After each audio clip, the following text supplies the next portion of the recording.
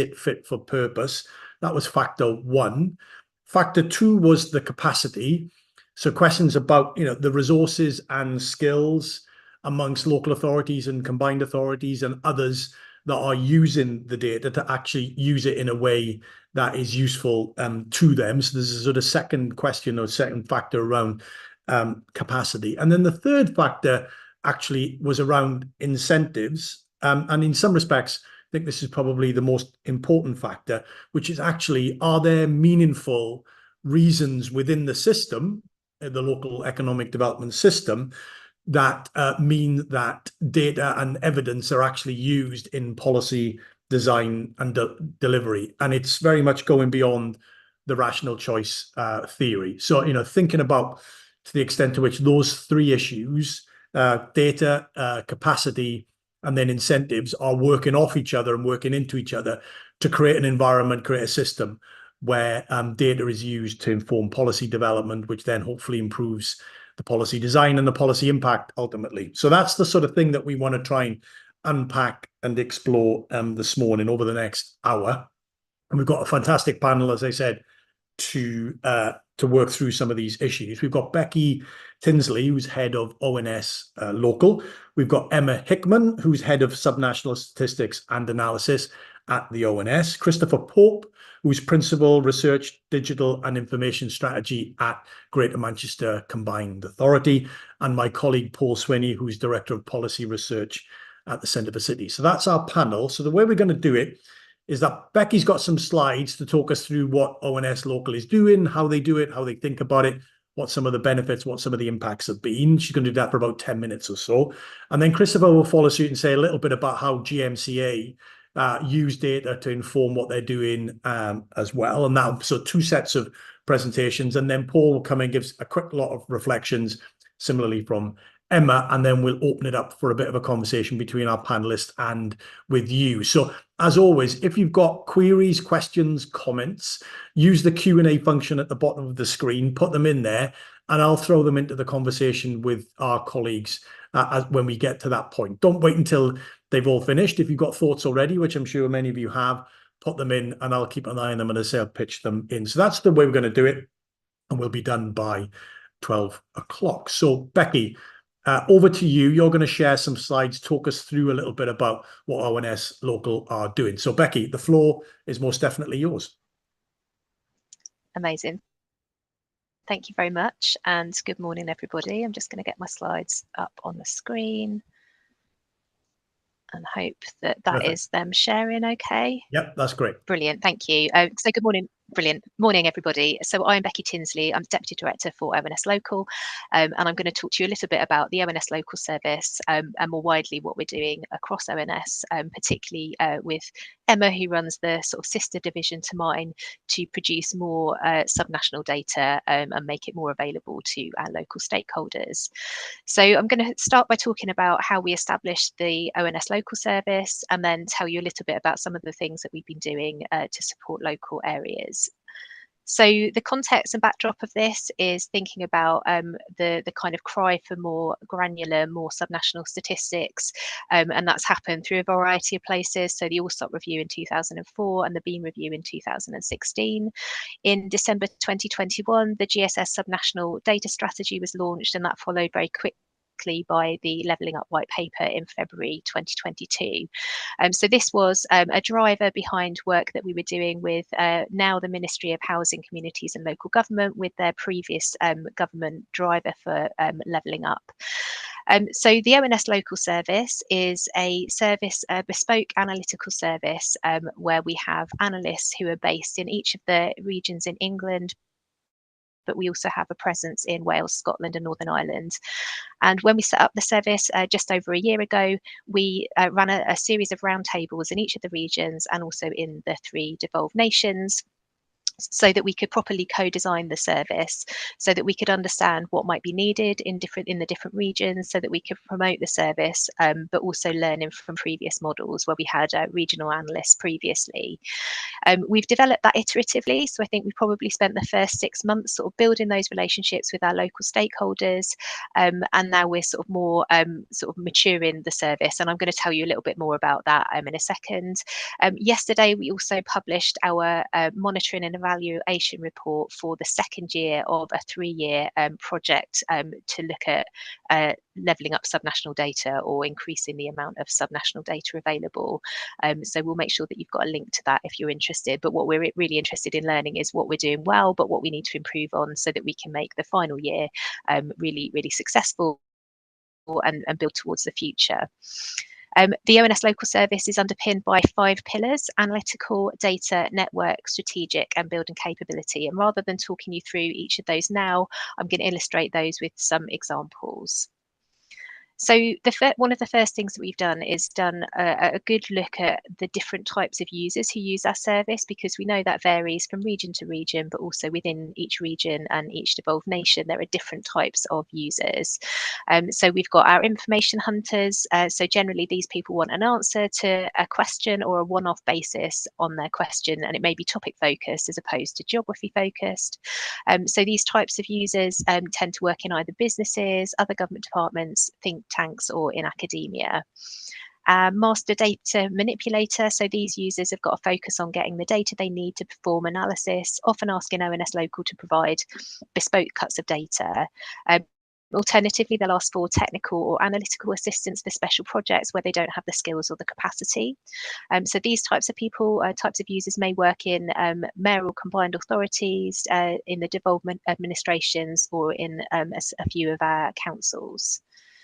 Basic stats practitioner, so these users come to ONS Local for training and upskilling opportunities. They've got a sub-regional or geographical focus, so they tend to come to ONS Local with multiple requests and develop an ongoing relationship with us. And they tend to work for city and district local authorities and some councils. Our collaborative partners, these users have less of a need for ONS Local to do analysis on their behalf, as they're often capable of doing it for themselves. But what they want to do is learn from ONS's experiences or run things by us, and may ask us to collaborate on particular projects. And then finally, our capable analysts. So these users often work in larger organisations such as combined authorities, county and city councils, or London boroughs and councils, and they want to serve the requests of their own end users, for example, policy teams. So that's a bit of an overview of the types of people who are using our service. Just trying to move my slides on. So how do we work? So each of our local teams have got an analyst based in each region, but we also have a central coordination team that help to support our regional analysts and also work closely with the Ministry of Housing, Communities and Local Government for requests that they might have coming into us as well. And our meetings and collaborations with our different local stakeholders are quite varied. So we run a roundtable series, we have regular stakeholder meetings, we publish and share a monthly intelligence report, which just summarises all of the different intelligence that we've got coming in from all of our local stakeholders. We have a monthly newsletter, and we run also a quarterly combined authority liaison group where all of the combined authorities come and join us, and we provide a range of updates and hear from the combined authorities as well. So there's a series of bilateral meetings and stakeholder visits as well. So I'm now just going to illustrate what the service offers by talking through examples from each of our 5 pillars. So first, starting to think about data. Obviously, data is super important, and making more granular data available has been a key objective and a key success of the project so far. And so it's been quite varied, and I've got a couple of slides with some different examples. So firstly, helping different areas understand their own bespoke geographies, making our geography tools available on a bespoke basis so that we can build up our really granular statistics and make it fit for purpose for different geographies. So that might be about understanding towns, having spatial analysis that's available for coastal towns, and making that available for population and demography, housing and industry analysis. Our gross value added granular data at local super output area allows policymakers to create their own bespoke geographies and, for example, evaluate the impact of a policy. The example on the screen there is the development of the West Midland Metro, and having that productivity analysis available at granular data at granular levels is really, really important for our users. Another example here, trouble moving my slides around today, is also thinking about the different types of data sources and different interactive tools to make that data easier to use and more accessible. So, for example, being able to provide local insight on using financial transaction data that's allowed users to look at face-to-face spending and flows between regions. Geographic mobility of young people to explore their graduate share data for individual towns and cities. So the example on the right-hand side of the screen there shows the tool that we've made that data available to people to make it a little bit more accessible when they want to look at it. And in the centre, our recently published local business dynamism data, which allows us local areas to understand local employment change dynamics influenced by job creation and job destruction. A really important part of the analytical pillar of ONS Local is being able to make data more accessible and more easy to use for local areas. Explore Local Statistics is our flagship tool that we've made available for users. And last week we were proud to win the 2024 Royal Statistical Society Campion Award for Excellence in Official Statistics for this tool. So it's a tool that allows users to be able to look in their local areas at a range of different granular indicators that are valuable to users. It allows them to compare themselves against other areas and to really visually see some differences. We've had some amazing feedback on this tool, and we will continue to grow and build it. We've built it by using user feedback and had a user-centered design for it to make sure that it's meeting what the needs of our users are. And you can see a couple of the quotes on the screen for the sort of feedback we've had for it. Next, thinking about networking. So one of the things that we do is connect different areas across England or across the devolved nations where there are people who've got similar challenges, where we want to join them up with different parts of the country. So particularly we've had requests in for more rural and coastal locations to join them up and to sort of problem solve together. The work that we've done recently for Britain's Leading Edge is illustrated on the screen, where we were able to create an area profile for all of the Britain's Leading Edge local authorities.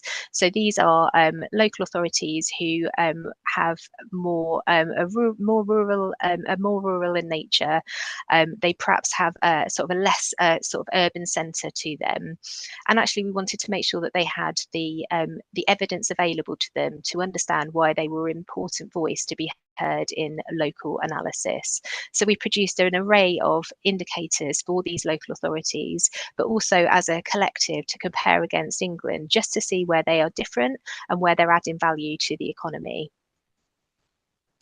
Building capability is a really important strand for us as well. So we run a series of different webinars and workshops. So our ONS Local Presents webinar series allows users to come and listen to different voices from across ONS to hear about recently published statistics and upskill themselves, but also to present their own local initiatives to raise the profile and build knowledge. We also run a workshop series that is designed to build the capability for our local stakeholders. We've listened to them, and we've had lots of requests for information about how to build dashboards to make data more accessible at a local level and how to use APIs. These workshops have been really, really successful. We've had over 1,000 people signing up for the different webinar series and workshops that we've been running. And you can see some of the feedback that we've had from our local users. And then finally, thinking about the strategic element. So what we've been focusing on much more recently is understanding what the local data gaps are across our different stakeholders and working with them to develop analytical projects that can fill those local gaps. So on the screen, you can see a variety of different projects that we, or different local data gaps that we've heard about from our different stakeholders. And they vary from economic inactivity, productivity, particularly drivers of productivity, granular travel to work data, understanding about net zero, joining up rural, coastal and island areas, understanding about the local nighttime economy, and also more granular data about education, skills and training. So these are just some of the examples of local data gaps that have been coming into us that we're now embarking on collaborative projects to try and fill those local data gaps. So just finally, thinking about the future of ONS Local. So what's next for us? We are on a journey towards building a sustainable funding model. So building towards the future, understanding what we're doing well, but understanding where we can grow and develop. We want to build testimony and support from our local stakeholders about the value that we've already been having, and to increase our value and reach to a wider range of stakeholders. We also want to position our role in prioritising local user needs across ONS and also across the government statistical service, so that our local users have got a voice and are getting what they need. And finally, embedding local across ONS is something that we all do. Thanks for listening. I'm really happy to take questions later on the panel. Thank you. Brilliant. Thank you very much indeed, Becky. Fantastic oversight of all the stuff that is going on. Having worked in this area for probably too long now, there's been a real progression and development in this space, and ONS have played a kind of key role in doing all of that. Congratulations on the award as well. Well done. It's always good to win some. I suppose you talked a little bit about the report out yesterday. I'll move on to the other panelists. But in terms of the report, what's the biggest thing that came out of the report that's going to inform the next 12 months, Becky? Do you have a sense as to what that is? Yeah, so I think it's a mixture of increasing our reach and sort of taking on board a wider range of stakeholders, making sure people know who we are and where we are, but then also thinking about how we grow our capacity, not only within the ONS local service, but across the ONS and the GSS, to make sure that once those user needs come into us, we can actually meet those user needs, that we can work together to produce more granular statistics. Yeah, what's the mismatch like between the query and the ability to respond? And we often get asked, you know, can you tell us something about X or Y? And it's like, no, we can't. But that's a great question. I presume you have a similar experience, right?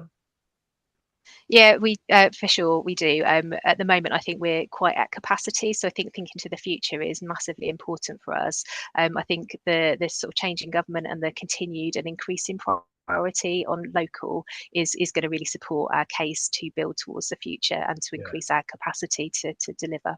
Brilliant. Thank you very much. Great. Let's move on to Christopher and sort of almost flip it around. So we've heard from ONS and what they're up to. Christopher, in some respects, you're taking a lot of that analysis from there and elsewhere, and then sort of bringing it down and internalizing it into the way that GMCA works. You've got some slides as well you're going to share. So over to you. Let's hear from GMCA. Yeah, sure. Yeah, thanks for that. And just while I'm bringing up the slides, just obviously shout out to ONS Local. Like our engagement with them has been nothing but positive. So really hope they kind of continue and develop and grow and can offer even more. Okay, I am gonna try and switch here onto my presenter view and see whether or not this works. Yes. Hopefully no one's going to suddenly be able to see all of my... No one can see all my notes, right? No. All I can see is the slide. That is the best thing. So, so how can combined authorities support better use of local data for better decision making? And so I'm Chris Pope. I work at the Greater Manchester Combined Authority. And this is a question that we've been actively trying to solve ever since the combined authorities were first thought up. First, just a little bit about Greater Manchester. We're a small but we're a fairly sizable part of the country, home to around 2.9 million residents. We've got an economy larger than Wales, Northern Ireland, or the northeast of England. And we often say that we're small enough to be flexible to changing circumstances, but we're also large enough to make a difference. The Combined Authority itself is led by the Mayor of Greater Manchester, currently Andy Burnham, and the leaders of the 10 local authorities in Greater Manchester. That's the cities of Manchester and Salford, as well as Bolton, Bury, Oldham, Rochdale, Stockport, Tameside, Trafford, and Wigan. And one of those, Salford, has a directly elected mayor as well. But I suppose the question is, what are combined authorities? From our perspective, how can we add value to local data? Well, as I suppose everyone here knows, that they're fairly new, but some are newer than others. But we feel that combined authorities offer something different. It's not another layer of government, but rather an organisation that works in partnership with the public sector organisation, with the private, academic and voluntary sector organisations to make their area and areas better. They're going to know more about, combined authorities are going to know more about and have a deeper focus on local people, places, businesses and communities than national government does. But they also have a focus more on the future and systems, because we have a bit of a bigger picture viewpoint, because we tend to cover larger areas. And that's often why you'll see combined authorities running things that make sense to be done at a larger geographic scale.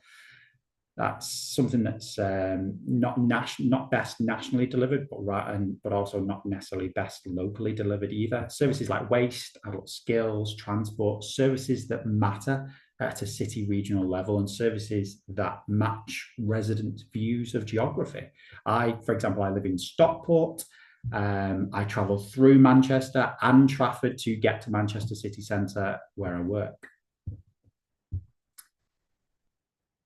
But how can combined authorities support better local data and better local decision making? Well, I think we need to consider the data lifecycle, and better use of data and analysis of data relies on a lot of other factors. There's good sharing of data between partners, good definitions of data, good management and storage of information, and I think has been highlighted in Centre for Cities work. There's a lot around the quality of data as well. And these type of support and services are where combined authorities, at least I believe, can add the most value. I've laid out here a few examples of where we in Greater Manchester have tried to grapple with how to make better use of local data by supporting that entire data lifecycle, and therefore where other combined authorities may also see a potential supporting role for themselves. This list here is by no means exhaustive, but it does give a good idea of the kinds of activities that we've taken to support better local data, to support better local data use, and to support better decision making as a result. Firstly, strategically, we've set out a broad vision for the city region's information ecosystem in our information strategy.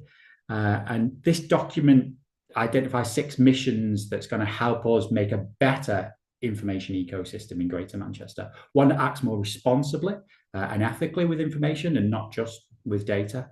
And one that uses information more intelligently to support our overall strategic aims. We also recognise that to make better decisions, especially where power and control and funding has been devolved to us, we need better access to information. I think it's a point, again, highlighted in the Centre for Cities' recent work. That's why in our latest devolution deal, we proposed the creation of a data partnership between Greater Manchester and central government.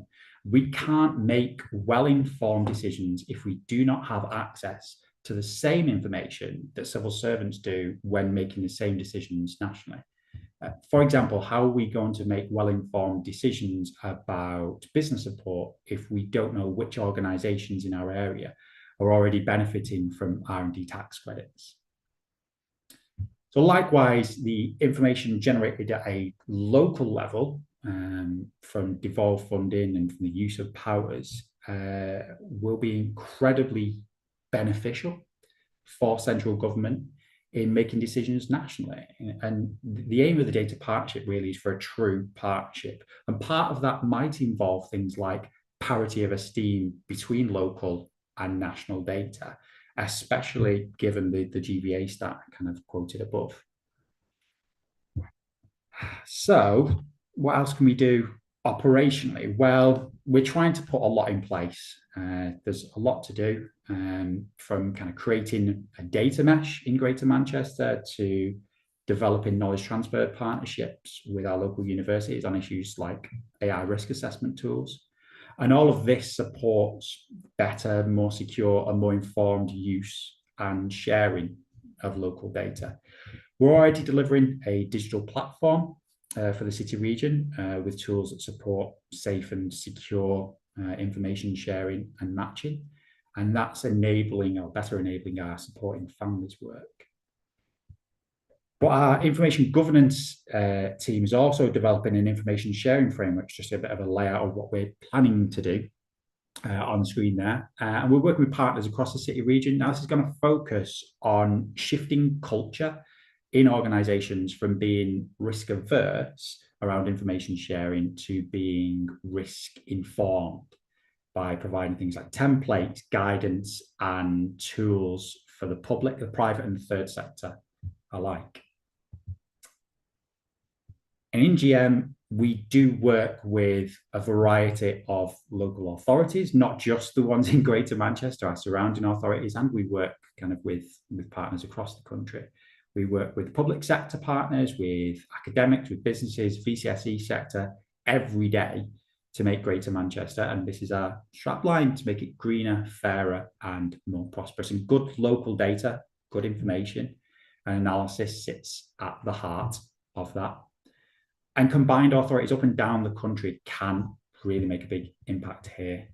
We often focus on what we can do once that stops it being done 10 times in Greater Manchester, what frees up analyst capacity in partner organisations to do more.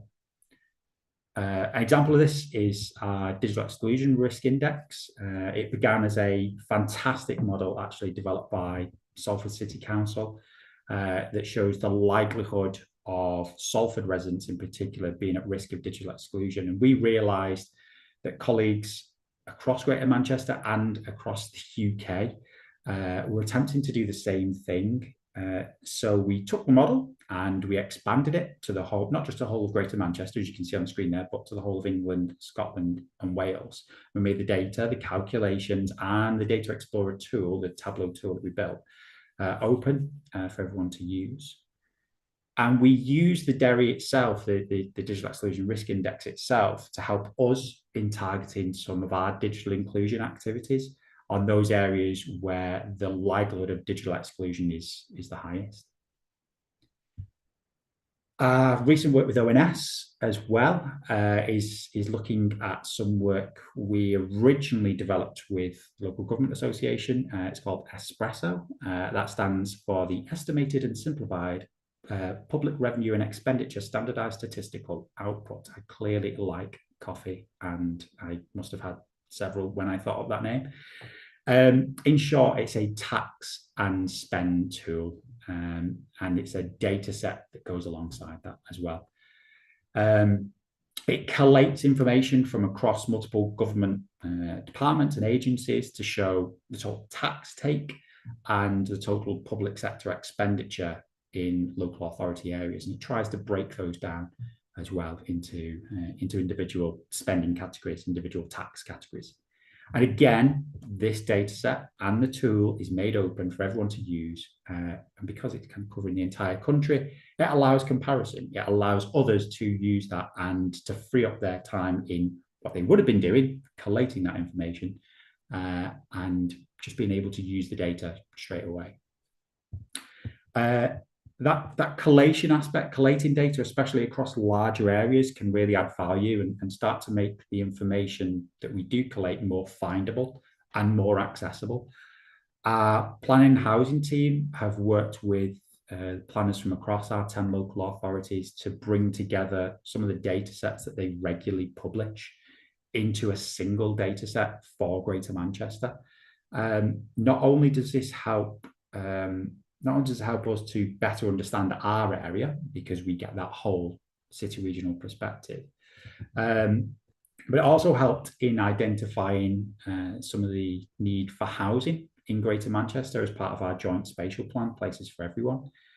And in turn, that detailed information on land use, on housing need, has helped us in conversations with infrastructure providers, all types of infrastructure, from your kind of your gas and your lecky and your water through to your telecoms.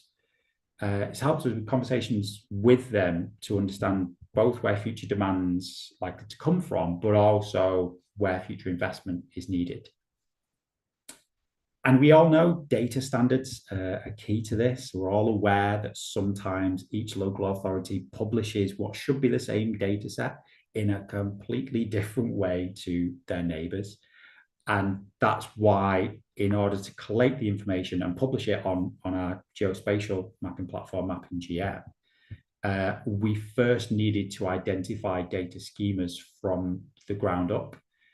So we identified first what local authorities produced. So we used our capacity, our time to work with the 10 local authorities, understand what it is they produced and what their data schemes were, and then to identify an appropriate city regional data schema that all of local authorities, or all our local planning authorities, could easily meet. And that's that approach, kind of building a bottom-up data schema, worked better, we believe, than a top-down approach, because we found that not everyone who works with data, not everyone who collects data, especially in our local authorities and our public agencies, are going to be data experts. We need to work with them, and we need to support them as best we can. And crucially, this means that we now have, as you can see on screen, hopefully there, a single good quality data set about land supply, housing, employment, land in Greater Manchester that can be used by anyone. So, in short, there's a lot of opportunities for combined authorities, not only to use their local data better through close relationships with local organisations, but also to support the entire data lifecycle so that all use of local data can lead to better decisions. Brilliant. Thank you very much indeed, Chris. A fascinating insight. I mean, obviously, as you know, GM, other places, but certainly GM has had a long history of analysis and then using the analysis to set out visions and strategies. I mean, not least going back to the Manchester Independent Economic Review back in 2008, which when done was, the first of its kind, much copied but not bettered since.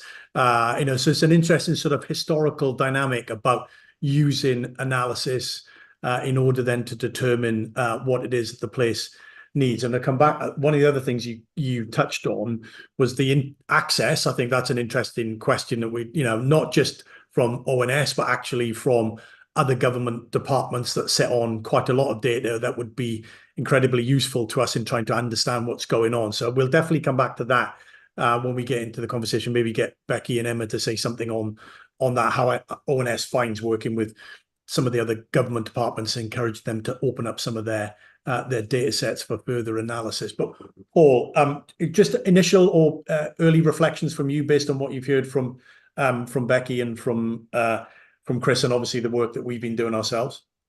Well, I think echo what you said, Andrew, about in the time that we've been working on this. The progress that ONS has made in local data has been great. Back in 2010 time, you couldn't get GVA at a local authority level, never mind at a LSOA or an MSOA level, as Becky was showing. It just didn't think we'd ever get there, which allows us to say something much more detailed now about productivity, whereas once upon a time we had jobs data at a local authority level, and that was just about it. So definitely worth taking stock, I think, about the progress that has been made so far, and then hopefully the progress that we'll make again in the future. So that's the supply of data and the benefits of that, and people like us in particular. I love that because that's our bread and butter. We've then got the super users it's Christopher in Greater Manchester using that data, hopefully to try and make evidence-based policy from that and all the fantastic tools that have been created. But the question I think there still is everyone agrees that evidence-based policy making is a good thing. It's like world peace, isn't it? Everyone agrees that's a good thing, but how do we actually get there? And clearly, when we look at the range of policy that is created, present company accepted. Evidence doesn't sit at the heart of what happens. And I think that's because there's a final element of the jigsaw here. So we've got the supply of data, we've got the super users, but then we've got the behaviour of central government in this about how it sets the incentives. I think the incentives is a really big challenge that we have in terms of trying to get more data used within policy making. Because I think, in fairness, in recent times, the way that central government has behaved hasn't encouraged the use of data, and the way that it's in terms of really different things. So you've got a lack of national strategy to sort of suggest which direction the country is trying to go in and which way then local authorities should fall behind. You then had quite random approaches in terms of policies that then require use of data. So lots of pots being created to be bidding for money that have got opaque measurements about who will win and who will not win, that have got short time scales, in terms of actually trying to get the bid in, short time scales in terms of how quickly the money's got to be spent, and then the churn of policy as well about, right, okay, well, we're done with that now, let's then now create another pot that you've got to bid into, which creates a whole industry of quick, we've got to try and write bids and play the system, and play that system in a way where the system doesn't actually reward the use of evidence. I think that's the big problem. So ultimately, why would you bother as a local authority investing a lot of time, a lot of money, a lot of expertise in developing a data-driven argument if the government doesn't regard that as being something that is important and is going to choose it on politics or geography or whatever it might be instead? So I think that there are two things that we're looking for from the new government in terms of trying to encourage greater use of evidence-based policy making, ways to show that they're serious about this as well. I think the first is that there needs to be more money in the system, both in terms of the money that ONS gets, and that's not just because ONS are on the call, but there's an issue here about ONS's budget's not changing, and clearly if we ask ONS to do one extra thing and the budget doesn't go up, have to do something less elsewhere. Government needs to think about that. And the second one is around funding within local government to make sure that we have got the capacity. So maybe we started a cloning program to clone Chris 20 times or something like that to get him out into different combined authorities and local authorities. But seriously, about creating that we are able to get the analytical capacity within local government. And then I think the second element in terms of how the government can ensure that it's serious is about through its own behaviour. Is it going to set a national strategy? Is it going to put policies in place that have got longevity and that reward places for the use of evidence if they bring that evidence forward to incentivise that more? And that's particularly what we'll be looking for in the coming weeks, months and years about how central government conducts itself in order to try and get more evidence-based policy in 5 years' time than what we have currently today. Brilliant. Thanks very much. Well, at this point, Emma, is there anything that you wanted to add in to what colleagues have already said? Yes, thank you. I'll try and keep it brief. But I'd just add that we've clearly had demand for more local data here for a long time, and ONS has clearly also made a lot of progress, and it's really great to hear that that's being seen and reflected by sort of stakeholders on the call today. I think we're at a really exciting moment with the data and technology that's available to us to really kind of power this forwards in a way that we've never been able to before. Not just because of funding, but because, for example, we've established relationships with data providers like Visa, using financial transactions data to deliver local insights. And I think that, more data and technology is becoming available to allow us to share data through APIs, to structure data in such a way that Explore Local Statistics as a tool becomes feasible and possible. And I think that the thing that kind of jumps out to me is that with a continued focus on greater devolution and local growth, the new government, kind of a lot of thinking about opportunities, everything happens in a place. This is going to be continued demand for us to do this. And I think that need then also drives a real need for collaboration across local and central government to really drive that forwards and to drive ahead, kind of some of those missions. And I think the other kind of thing to say is that, analysis really does need a human touch. It's not something that can be completely automated. We can automate a lot. There's a lot that we can do more efficiently. And I think, some of the stuff that Chris said about doing things once, using them many times is brilliant. But I think services like ONS Local that allow us to really tap into hearing the diverse user needs that we have kind of really allow us to build services that meet those user needs and recognize that they are diverse, and that, you know, we should still aim to meet them. And I think that's sort of, you know, I think that's quite an ambitious thing, but I think it's a good thing as well. So yeah, I just kind of reflecting that I think some of the biggest successes we've had of where we have had, you know, really good collaboration, both with local government, but across central government as well. You know, Explore Local Statistics isn't just full of statistics that ONS produces, it's got statistics that other government departments produce as well. We've worked really closely with them to deliver that. It requires working together across the statistical system in the 4 nations of the UK as well.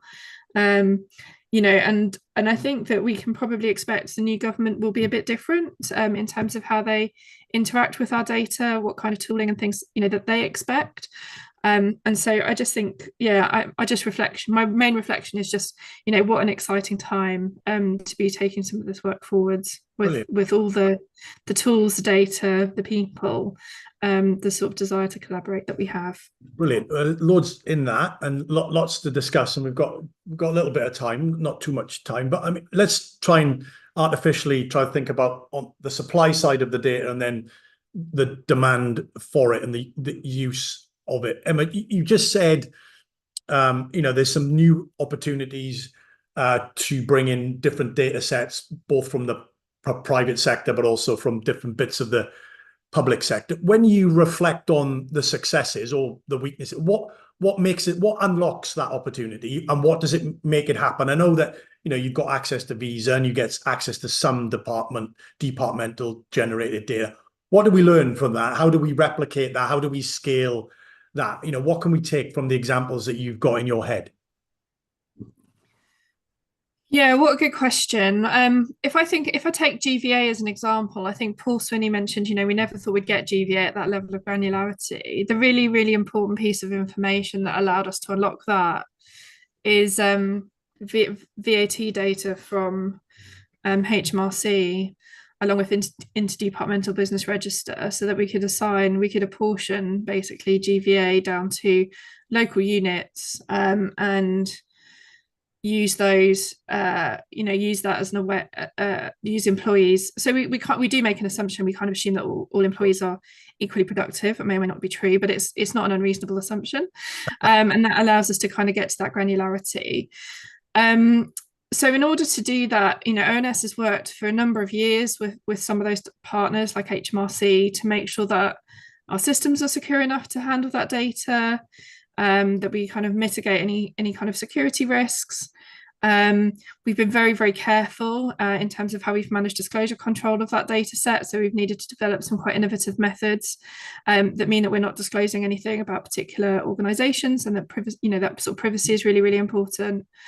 And then I think, you know, kind of pieces of legislative infrastructure like the Digital Economy Act have really supported us to kind of unlock some of that data sharing. And I think that in order to kind of grow that more widely, you know, ONS is working really kind of hard at the moment on our integrated data service as being a sort of a secure service where many more people will be able to access this kind of information. And I know that ONS Local are working with local stakeholders to set up a few projects in our integrated data service as well.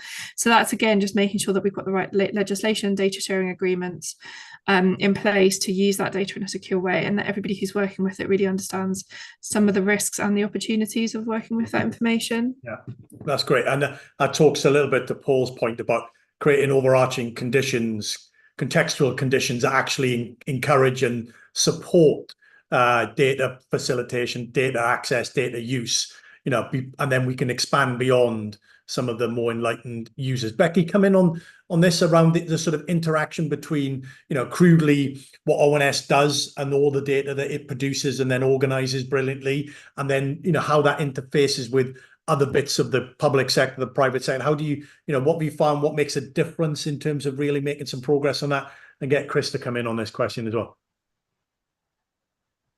Yeah, thank you. So I think what's critical is really understanding what people need, because just because data is available doesn't necessarily mean that everyone needs everything. So I think it's about understanding what the needs are, what the right bits of information are to kind of satisfy those needs, what needs to be brought together, who needs to access it, and how do we collaborate on some of those projects and make them more widely available. Because I think there is a kind of a risk that because it's out there that we should all have access to it, and actually that becomes overwhelming actually for small analytical teams that don't have the capacity or the capability to access it. So I think, as Emma said earlier, having the kind of human touch, having us being able to speak to stakeholders and really get underneath. So you've asked for this, but keep asking and asking and asking, so that we can drill that down to what is the specific question that people want answered, and then us kind of working together to scale that up. I do think there is more that we can do on data sharing, but there's kind of, as Emma said, lots of opportunities and what have you learned in terms of what have you learned in terms of what unlocks a central government department's data for you to get access to it, or with all the constraints and all the considerations that you've touched on and Emma touched on? So we can do it, we're confident, we're not going to share it, etc., etc. And what is it that you think? What have you learned in terms of being able to unlock those departments? What makes a difference? I think having a really strong user need for it, a really strong use case, and that having benefit to the department for sharing that data as well. So it's about understanding what those mutual benefits are, but really being able to put across a strong use case for the need for sharing the data. I do think services like the IDS, the Integrated Data Service, which will allow a range of different analysts across government, but also locally, to be able to access data together and collaborate on projects, will actually be really sort of will really support sort of onward sharing of data as well. Yeah, that's brilliant. And it's kind of good lesson about just going beyond, because the data is there, we should have access to it. And actually, because we're researchers, we need access to it, because that's what it's actually making a real life sort of sense as to why access to that information would be useful in a real world context rather than a behind closed doors context. That's a great point.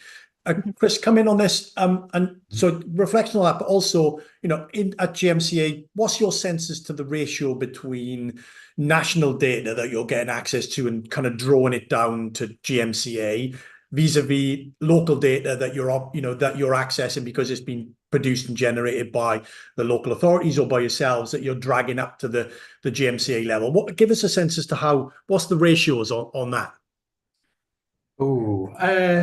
I'd probably go with more on the side of pulling in nationally collected data sets than going to the local authorities, probably somewhere between 60-40 and 70-30 maybe. And I think part of that is because the great work of ONS in kind of making a lot more information open that's going to give us a sense of what's happening across the city region. But also that, there's lots in place where local authorities have to report X or Y up to central government department, and then central government department publishes a summary of that information, and actually that's what we'll use. So it's easier asking central government department for the information than it is 10 local authorities and getting 10 data sharing agreements in place. However, there are a couple of issues around that. I mean, with information around looked after children across Greater Manchester, some great work with that Manchester City Council was kind of leading across the city region, where when they're reporting information, it goes up to central government, it gets cleansed, it gets modified, it gets transformed, and 18 months later, you get a nice little summary of like, here's the information that everyone's said. It's like, that's great, but these kids are 18 months older now. Yeah. And there's been a lot happened in their life, and actually having more real-time data or closer to real-time data was kind of a key thing for us. So Manchester City Council was leading on a lot of work there about better sharing of that information locally, rather than just going, right, we're going to send it up and then we'll wait in our hands for 18 months before we get any information back that's going to be useful to us. Yeah, that's a great point. Paul, I'm going to bring you in a second on the demand side, and just, I think, what is it that we would want to be able to see at the national, local level to actually boost demand that goes well beyond the super users or the informed users or the enlightened users. Emma, Emma and Becky, but Emma, you go. Chris raises a great point. I mean, we see this in some of the data that we use. We're looking into the past, right, to varying degrees at the local level. We're telling you what the local level was like 18 months ago, sometimes 12 months ago, very occasionally 6 months ago, but it's in the past. I mean, can we get around that? Is there any way we can do that? With we're not talking about forecasting or nowcasting, but just in terms of availability data on, on a whole range of economic indicators, how close to real time do you think we can get in the future? What's your hope on that front, Emma? Yeah, look, it's really tricky. ONS has had a huge program of work over the last few years to try and improve the timeliness of our national statistics, and kind of naturally, quite often the local statistics come after you've sorted out the national statistics, and so they can take a little bit longer to feed through the systems. There's a level of, there is a level of complexity, and I think that there is a tension between wanting to produce good, reliable, accurate national statistics that are to a really high quality versus wanting to produce something that's good enough, that's actually timely enough to have the impact that it needs to. I'm not sure that that's a tension that ONS is completely getting right at the moment, but we do, we have made huge strides towards that, and we did this particularly through the pandemic. Where we did weekly COVID deaths, for example. We developed an economic faster indicators dashboard. That is, again, it's kind of like a weekly feed of faster indicators. They're not going to be national statistics. They're kind of, a collection of things that might tell you something about the local economy. And some of the data sources that we've talked about a little bit today. So, for example, card data. We're also now kind of working with data from short-term lets providers to look at vacant and second properties. For example, there's and understand kind of local tourism. There's a huge amount there that I think that we are definitely exploring, but I think we're away from, just because I think there's a tension between wanting to kind of be the official statistics producer and wanting to produce, the absolute truth versus, that kind of tension of producing maybe something that's not perfect, but is actually very useful. And that's something I think we still need to tread a balance on. Yeah, it's always that balance, right, between, as I say, being cast iron, gold standard stats which was great, but then you have to wait, and understandably so, versus experimental stuff, which is more interesting, but confidence levels may well be more variable around that. I think it's always an ongoing, interesting challenge. Let's do a sort of round to finish on the demand side. Paul, you kick us off. You talked a little bit about in your comments around the incentives that creating the conditions. So say a little bit more about that, emphasize a little bit more about that, and I'll get Becky and Chris to come in and Emma to come in on how they might think about the service and how that might generate demand because the supply is improved or modified. Paul. So I think it's very much about the behaviour of central government. So is it going to set a national strategy? And our view that national goal, should be to try and make the UK more productive than Germany.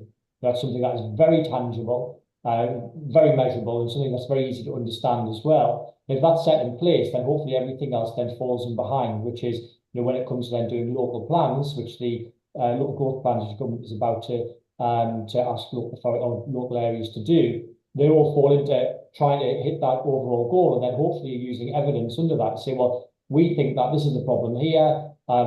The evidence suggests that this is the case, and therefore we're going to do this policy as a result.